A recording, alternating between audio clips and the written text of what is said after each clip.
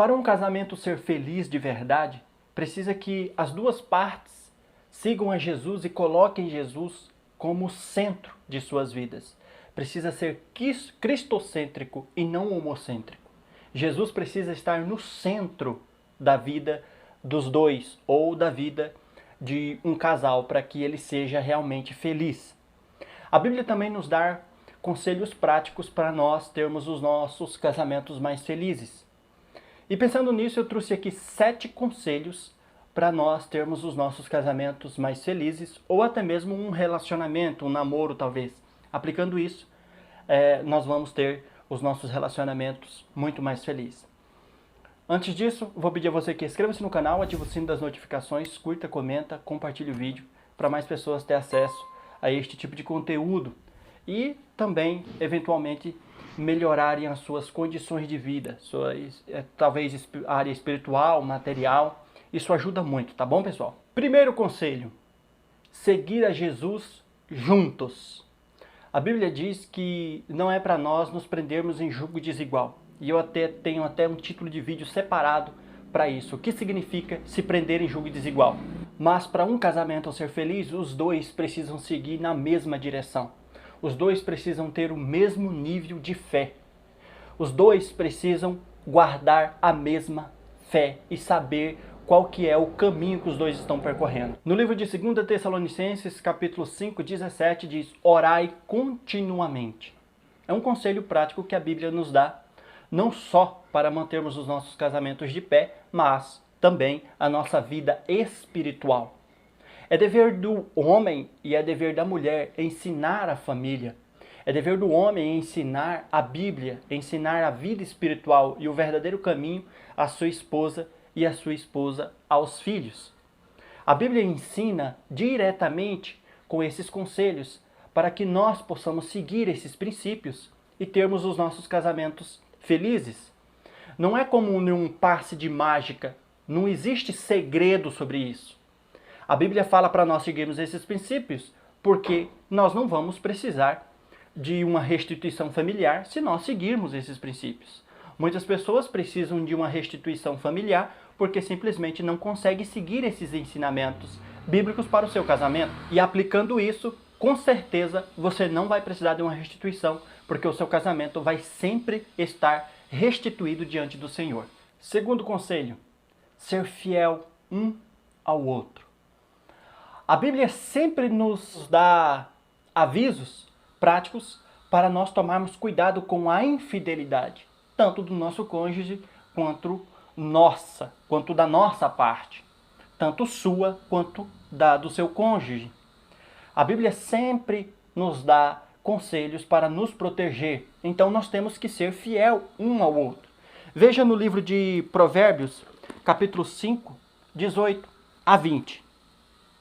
Seja bendito o teu manancial e alegra-te com a mulher da tua mocidade.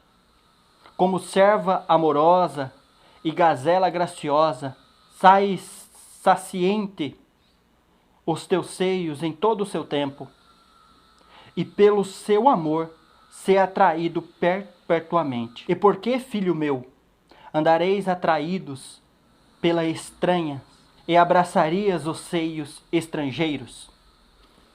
A Bíblia sempre nos dá aviso, sempre nos dá, primeiramente, relatos de avisos para nós tomarmos cuidado. E para nós termos um casamento felizes, vamos precisar, sim, ser fiel um ao outro. Ser fiel um ao outro como nós somos fiel a Cristo. Se nós somos fiel a Cristo, somos fiel à vida espiritual, a Deus, nós vamos ser espiritual ao nosso cônjuge, à nossa vida matrimonial. Terceiro conselho: seja respeitoso, mostre respeito. Esse princípio é muito importante, que você respeite o seu cônjuge, respeite a outra parte matrimonial do seu casamento, como você respeita ao Senhor. Se você respeita o seu cônjuge, você vai respeitar ao Senhor. Gênesis, capítulo 1, verso 27. E criou Deus o homem à sua imagem, e a imagem de Deus os criou, macho e fêmea os criou. ou homem e mulher os criou. Nós somos imagem e semelhanças de Deus. Logo, se nós desrespeitamos a nossa parte matrimonial, nós vamos estar desrespeitando também a Deus. Logo, se eu faço qualquer tipo de agressão à minha parte matrimonial, eu vou estar também agredindo a imagem e semelhança de Deus, pois foi assim que Deus nos criou. Quarto conselho: querer o bem um do outro. Esse princípio é um princípio básico, é um princípio de entendimento popular. Presta atenção, que a Bíblia diz que quando nós casamos, se tornamos um em uma só carne, se tornamos uma só pessoa. Ou seja, se nós tornamos uma só pessoa, pensando juntos e andando em uma só direção. Então a Bíblia diz que nós precisamos querer o bem um do outro. Vejamos Filipenses 2, verso 4. Não atente cada um para o que é propriamente seu, mas cada um também para o que é um do outro. A Bíblia nos diz isso porque nós precisamos querer o bem um do outro. Veja como se você quisesse o seu próprio mal. Se você querer o mal, não ver perspectiva de saída, não querer o bem para o seu cônjuge, você está querendo também o mal a si próprio, já que vocês dois são uma só carne, unidos no Senhor. É como se você quisesse, por exemplo, se mutilar, tirar um membro seu do seu corpo, já que vocês são somente uma só carne, vocês têm que querer o bem um do outro. É o princípio para um casamento ser mais feliz. Quinto conselho: perdoar e pedir perdão. O primeiro passo, eu costumo sempre dizer, para nós mudarmos a nossa vida ou mudarmos a nossa situação, mudar o nosso cativeiro, é assumir que está errado. E uma boa forma de assumir que está errado é pedindo perdão e perdoando também. Você tem que entender que o casamento é formado por dois seres. É uma instituição, é uma sociedade formada por dois seres humanos que não são perfeitos e que erram. Por isso, nós precisamos liberar perdão e também aceitar o perdão. Colossenses, capítulo 3, verso de número 13. Suportai-vos uns aos outros e perdoai-vos uns aos outros. Se alguém tiver queixa contra ti, assim como Cristo vos perdoou, assim fazeis vós também. Nós precisamos liberar perdão. Isso é um princípio básico de todo cristão. Se Jesus Cristo nos perdoou, nós também devemos perdoar os nossos irmãos. Se assim devemos fazer aos nossos irmãos, por que não ao nosso cônjuge, que é um ser humano e que erra e que é falho? Não é perfeito. Assim como você erra, assim como eu erro, as pessoas que estão ao nosso lado, que se relacionam conosco, também erram. E assim como eu quero perdão e a outra pessoa também é digna do perdão, nós também devemos liberar perdão. Sexto conselho: a comunicação.